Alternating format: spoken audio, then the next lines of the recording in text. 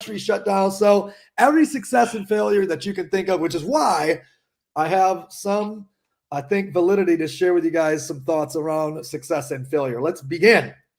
Paul, you, my friend, are a father as well as an entrepreneur. So we're going to dive right into how can you, do you, and you know, how have you become a successful entrepreneur as well as balancing becoming a successful father? How have you been able to do both of those things? Nick, I love that question because I see how you are with your children, and I just love what you're doing, teaching them about entrepreneurship and just how to have a balanced life. So, the biggest thing for me was my struggle back in 1993 when I became a salesperson. I was struggling to sell something and I had to figure it out. So, I started to read books. And at the time, my 31-year-old daughter now was just about 2, and I was getting a divorce. And I was like, what? A divorce? I'm not supposed to do this, you know? So I figured it out. And how it came about for me is what I call the nuclear mind. And the nuclear mind is that individual that gets up every morning and just have a mindset, just prepare themselves for the day. But at the same time, here's the secret sauce. The secret sauce is when I plan my day, just like making a really good soup, I make sure that I plan each day that has something for my spirituality, that has something for my health, that have something for my career, and something for my family. So there is this little 4 elements is what I call it. So for example, let's say that my kids are growing up. They're now like 17, 15, and 31. As a kid coming up, they saw me handle a business call on the phone and they know to keep it quiet because right after I finished that call, then I would attend to them. Very respectful. So from they were small. Then here's a bigger example. Let's say, for example, I'm giving them time. I'm having dinner with them. I'm not going to be looking at my phone, Nick. I won't be responding to your texts. I won't be doing anything but just paying attention to them. So that's one of the biggest things is just being, I guess, like that laundry detergent Tide. You need to be very concentrated. You gotta be You concentrated, need man. to be very concentrated. Do I was not use just, the dollar store brand. You can't I be was going to say concentrated that way. intentional, but we Yeah, can make it like some laundry detergent too. We can make it yeah. concentrate. Let's just get that done. So you know, saying it back to you, you got really good at bucketing things into 4 buckets. You had a plan for each 4 buckets, and then you stuck to the plan, right? So, Okay. but when it was time for business, you did business. And when it was Yeah. time for kids, you did kids, and that's how you were able to juggle being a successful entrepreneur and a successful parent. Is that a pretty accurate recap? It sure is. Absolutely right. Just be focused in each category. That's I it. love it. And anybody else out there that's a parent, entrepreneur, solopreneur, but has some kids, I see you out there. What's up, Danielle? What's up, Rach? Why don't you guys sound off in the comments? How many of you guys are a successful company builder and also parent? What's one of your tricks to the trade? Put it in the comments out there. All right, hit me, brother. I'm ready for number 1. Let's see what we got. Let's go orange juice.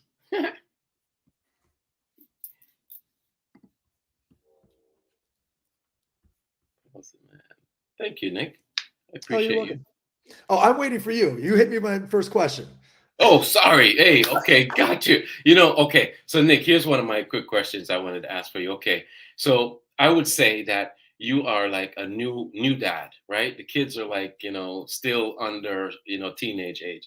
So when you got the opportunity to become a dad, right? What inspired you to educate them the way you are educating them now?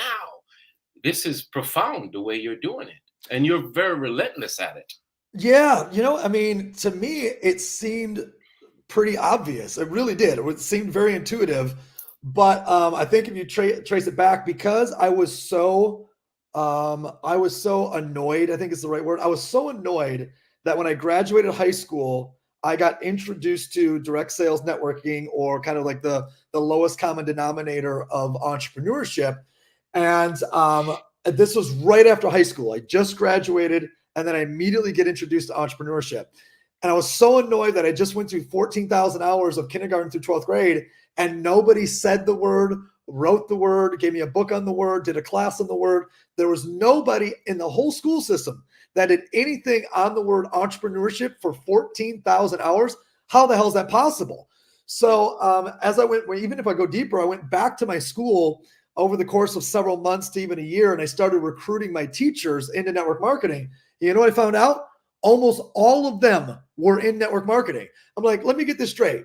Y'all are my teachers, but you actually are building a business outside of teaching so you can get out of teaching.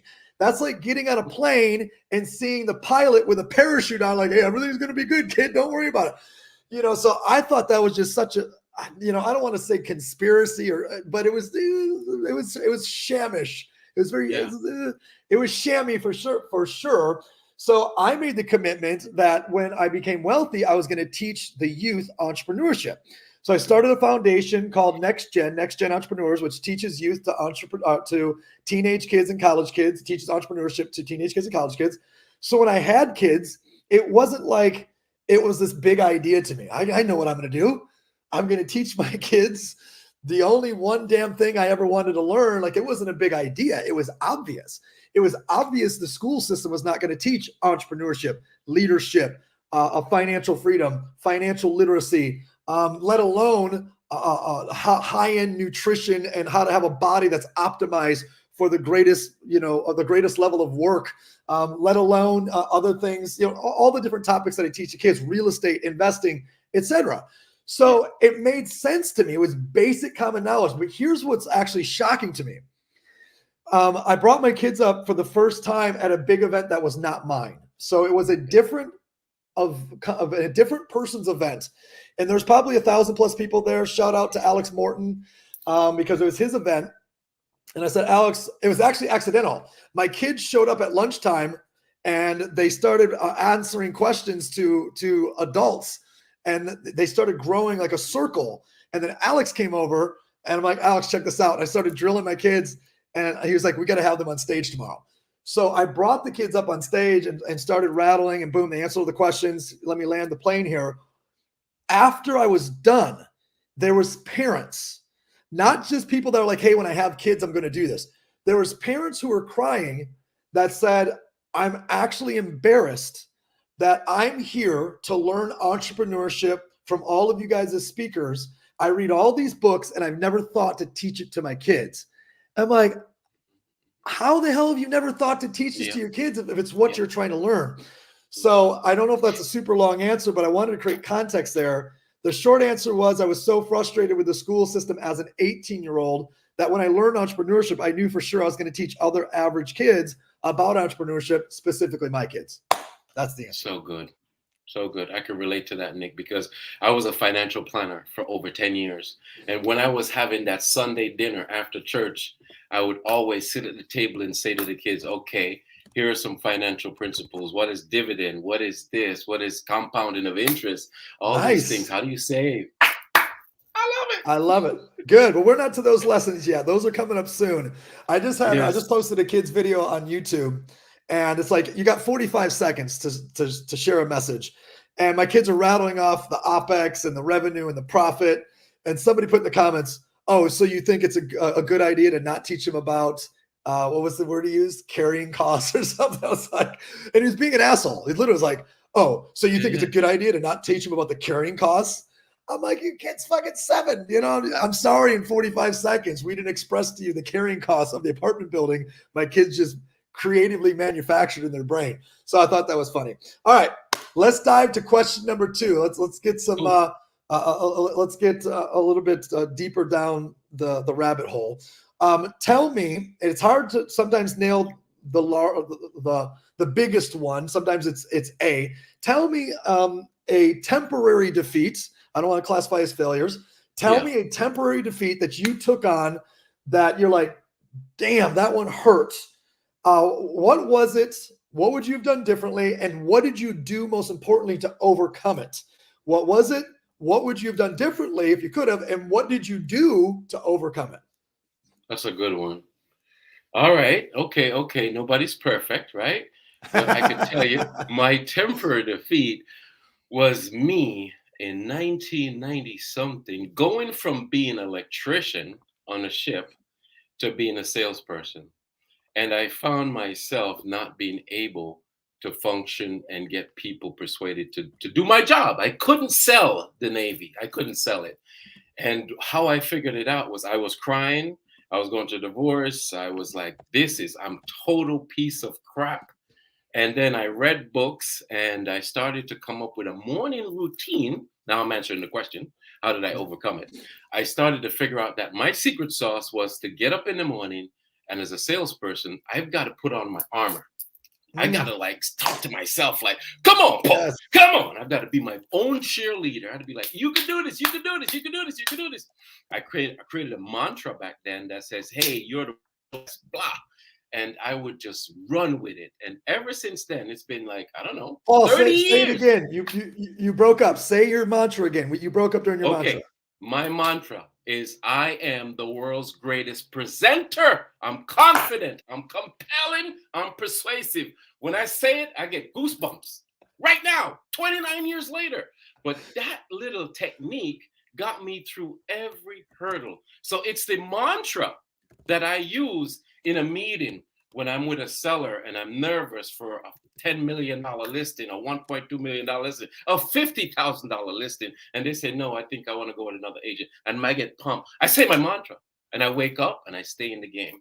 So my pain was my failure as a salesperson. And Yes, then sir. I figured it out by reading books, figuring out I have to have a system in place. That's what's up.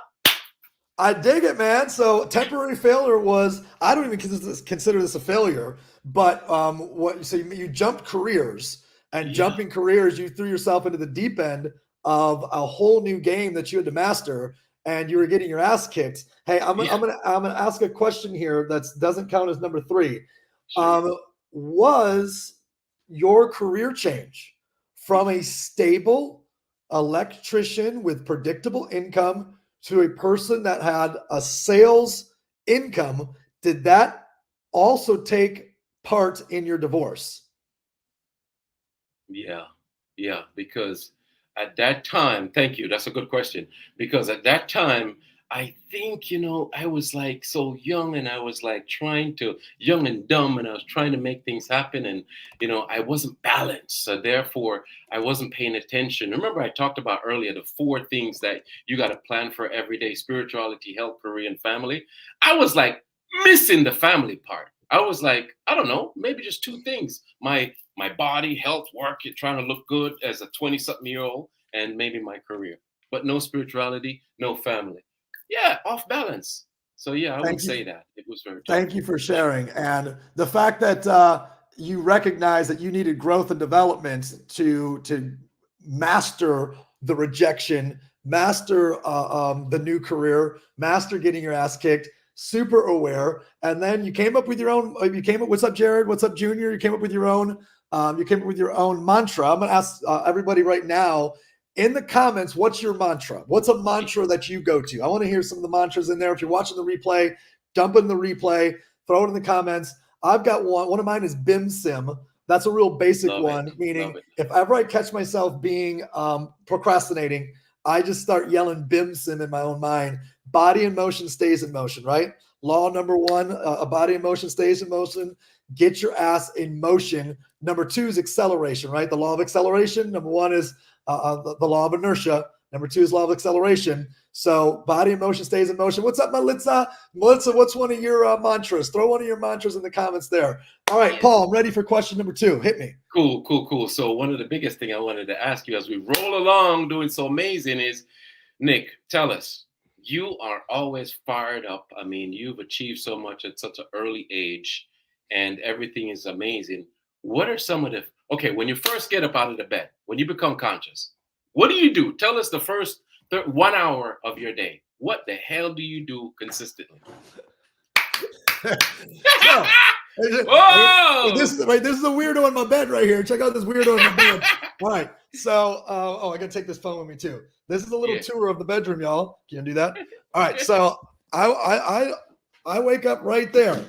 Above me is the hand of God shining the light on a boat that's lost at sea, saying, "Hey, I'm going to give you some direction." That's what's above me when I wake up. Now, first thing I see is either the beautiful outdoors, or I look to my left and I'm going to see, here is my habits. Here is my values. Here are my goals.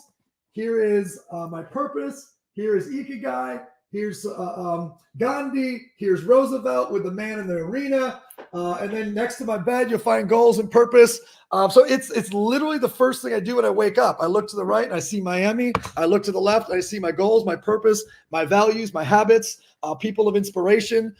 Right above my bed, right at the foot of my bed is pictures of my kids. Right next to the picture of the hand of God is a picture of my most favorite place in the world, which is Bixby Bridge. Rocky Creek Bridge next to Bixby Bridge, Rocky Creek Bridge in Big Sur, California. So I put the inspiration everywhere. Another way to say this, a short way to say it is, I am the chief marketing officer to my subconscious mind. I do not play around with, my subconscious. I'm the chief marketing officer to my subconscious mind. Right now, American business is going to spend $300 million or $250 billion, $250 billion, $250 billion to influence your subconscious mind. How much are you spending intentionally to speak to your subconscious mind? In my shower, brother, is the 5-year purpose statement. In my shower is my goals, habits, and values. Next to my mirror, I can see it right here. When I get out of the shower, when I brush my teeth, is my 5-year purpose statement and my goals and habits and values. It's everywhere all the time. I'm the chief marketing officer to my subconscious mind. Love it. Love it. Love it. Love it. Love it. Great really question, good. My friend. Great question. Yes. Okay. Here's one that I just like to ask because it gives me a fun. We're making good time, so we might do 4 today. This one just I think is interesting. Who's one person that if you could have a lunch with, like a mentorship lunch with or something, past or present, who's one person you'd love to take to lunch and spend a couple hours with? Oh my gosh, that's a damn good question. And why? And why? Woohoo! Oh my gosh. Y'all are going to crack up at this, but I tell you what. One person that I would love to sit down and take a lunch with from my heart would be Bob Marley. Good. Oh, good. Bob Marley. Because let me tell you why. Bob Marley has he's impacted the world so immensely. And I would just like to know, sitting down with him at lunch, preferably in Jamaica, chilling under a tree, whatever. Be like, my brother. Are you guys having a red stripe? Having a red stripe? A red stripe. What's going on? Chilling. Well, I can't touch that smoking stuff, but definitely the red stripe for sure. But I would be like, yo, brother Bob, just tell me, what's the drive? Because when you study Bob Marley, I'm not saying I'm a big study of him, but the songs and everything, he was so driven. He was so driven. And I think part of his drivenness comes from the pain, because from what I heard, his father was this man who came to the country and then he got this woman pregnant and nobody could know about it. And he sings a song that says that, Bob Marley sings a song that says, the cornerstone shall be that headstone. And it's like pain. And I too came through life in pain. I don't have time to tell you. Say that again. Pain. Say that again. The cornerstone. The cornerstone shall be the headstone. He sings a song like that. Bob Marley sings a song like that. So I would like to know where the heck his pain came from, because I feel that is the thing that catapults him into just being that persistent musician, that singer. That's deep, bro. It sure is deep as hell, but that's a great question. Impromptu. Let's go to Jamaica and let's visit his motherland, the spot where he was born. I know it's in the middle of the country; it's hard to get to, and we're gonna drink some red. We're gonna drink some red stripes in Jamaica. Yeah. You didn't ask me, but I would pick Alexander the Great. Alexander the Great. Wow. The guy was 18 years old. And he'd conquered the world. Like, let me hear about this. Like, what type of pressure? What type of mindset? Let me hear all this. So Alexander the Great would be okay. I'm ready for the third and final, brother. We've made good time. 25 minutes. Third and final. Hit me with the last question. All right, Nick. So here's one of the things I always like to say: we always should begin with the end in mind. Like today, yesterday I received an email from something that I need to respond to, and I tell you what, when when your opportunity meets your preparation, you create your own luck. But there's no such thing as luck. So that's a little tricky. I want to ask you, Nick, like beginning with the end in mind, like let's say 10 years from now, we paint a picture. 10 years from now, you and I go to this event 10 years from now. Tell me about the room. When we walk in the room, what is it like? Okay, well, I could take that a lot of different directions. Is it a business event? I'm gonna go. Yeah, Is yeah, it a yeah. business? It's a business event. I want to know, like, what's the future of Catalyst and what And are are we we are going to we hosting see? it? Are we throwing it? Oh, of course, buddy. I want to know what you're wearing, what I'm wearing, like what's Okay. going on, what's the Oh, future. I want I to like this. dream. I want to Okay. dream. I want to Be- manifest this. Because I can literally read you my 5 year what this looks like 5 years from now. But so I'm asking these questions very specific. I can tell you exactly what the whole life looks like 5 years from now. It's on that card right there. But I like the way you're taking this. So we walk into it. It's our event. So if it's our event, it's gonna be a black tie event because I want to see everybody in their best. So it's a black tie event. Everybody has got their best gear on. They got their best hair, their best. They're just feeling themselves, right? So it's a black tie event. It's going to be a combination of music, arts. Maybe you'll see athletes there, entertainers. So it's almost like Art Basel. Art Basel brings the world together. Art's kind of the central point, but it brings musicians and it brings athletes and it brings entertainers. And so it would be something where it brings everybody together.